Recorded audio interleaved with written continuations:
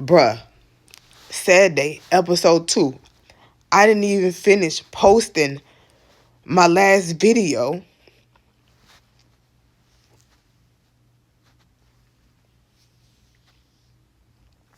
before I started crying. Because I got to get out the bed and I got to work. Leader of the Creep Squad. So, he's the guy I was with before my fiance. And I remember when I first started dating him, he was 10 years older than me. He taught me so much.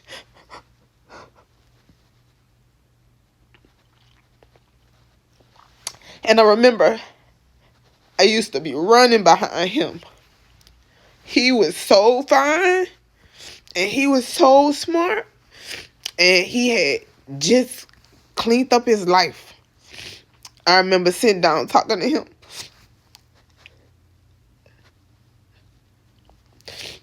And I remember he told me, he said, Shorty, he said, this is the first time,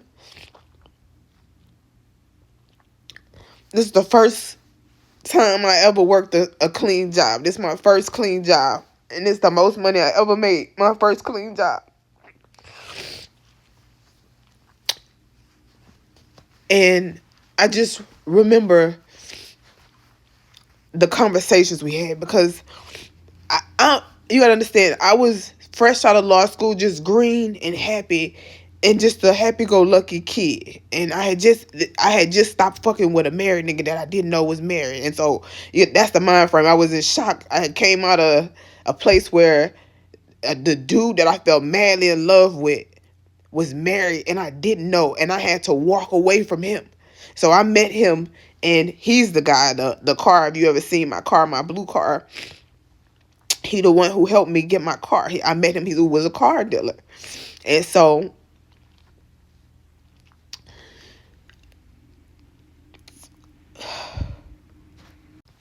I met him after him, and we just kind of like instantly, like, it was interesting. So he was a street nigga from Philly, and I was just a little happy-go-lucky girl from Baton Rouge. So I was never afraid of him. I always, like, I know, because I went home with him. I know it's people that's afraid of him. I was never afraid of him. You get what I'm saying? So I used to have real conversations. And so one time in one of the conversations we was having, he was very honest with me. And we used to go back and forth all the time because he was never scared, and he was a fighter. He just used to fight everybody. And I just wasn't scary. I never been scary. So who is you talking to? We ended up moving in together, XYZ. So when we used to live together, he was fine, y'all. Oh my God. He had a Camaro. He had a drop top Camaro. Whoo. He was fine. He had money. Well, he had money because I was paying for mostly everything. But he had money. He took care of his daughter. He took care of his family. And that mattered to me. So I'm young. I'm 28 or 29 at this time. So I'm crazy about this nigga. I'm I'm doing the crazy things. So if I'm 28 or 29, he 38, 39. He work at a car dealership. Do you know how many bitches go to a car dealership on a daily basis? And he worked at a kind of hood car dealership. So he used to get and he loved hood bitches. And I'm not a hood bitch. If you know me, I'm not. He knew me well. He lived with me for a long time.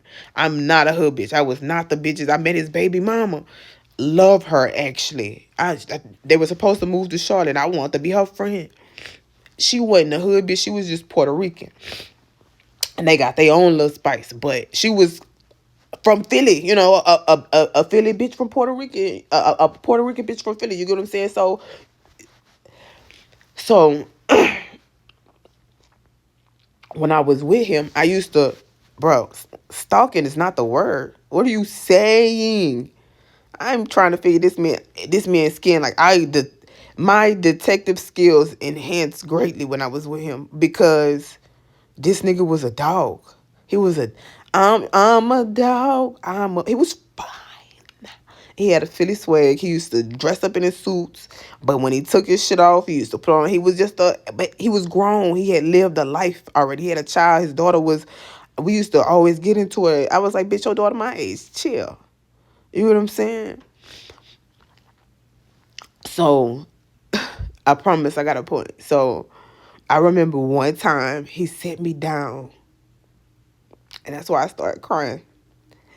He set me down, and just how we used to. This was just our relationship.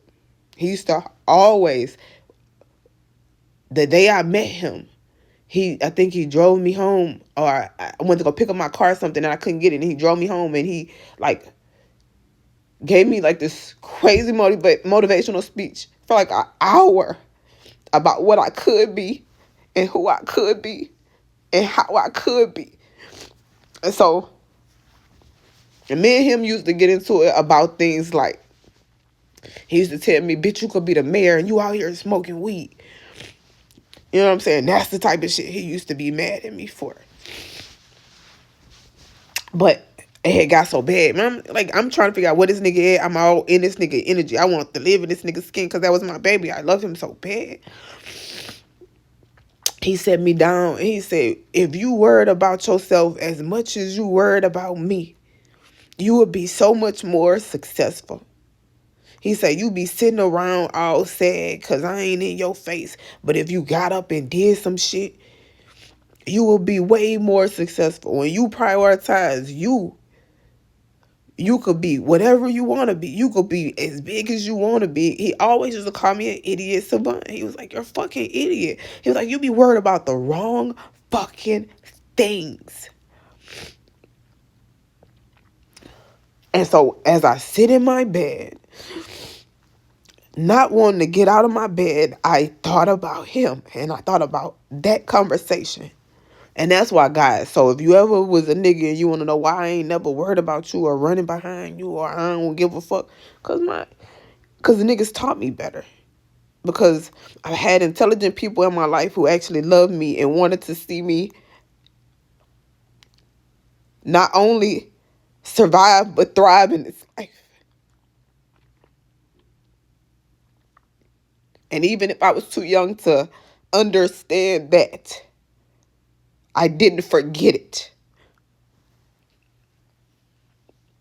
So when I don't want to get up because a stupid boy broke my heart, I think about Reefy. Even though I don't fuck with him and talk to him, well, I'm like, he's not one of the people who I ever told I'll never talk to you again, because he knew he never called my bluff, because he ain't bluff. And he used to get mad at me because of my indecisiveness. He told me, you gotta make a decision and you gotta stick to it, or people gonna think they can do whatever they want to you. And I know that that's not the case, he said, but people not that kind. And if you let them, they will take advantage of you. So you gotta cut it off immediately, no matter how bad it hurt. Or people gonna keep fucking over you. We fucked over people like you. So I get up.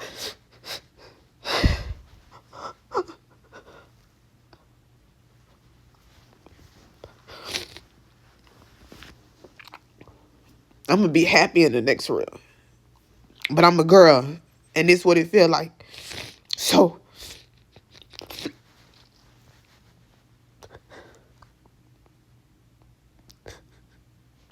I'm getting up. And we up.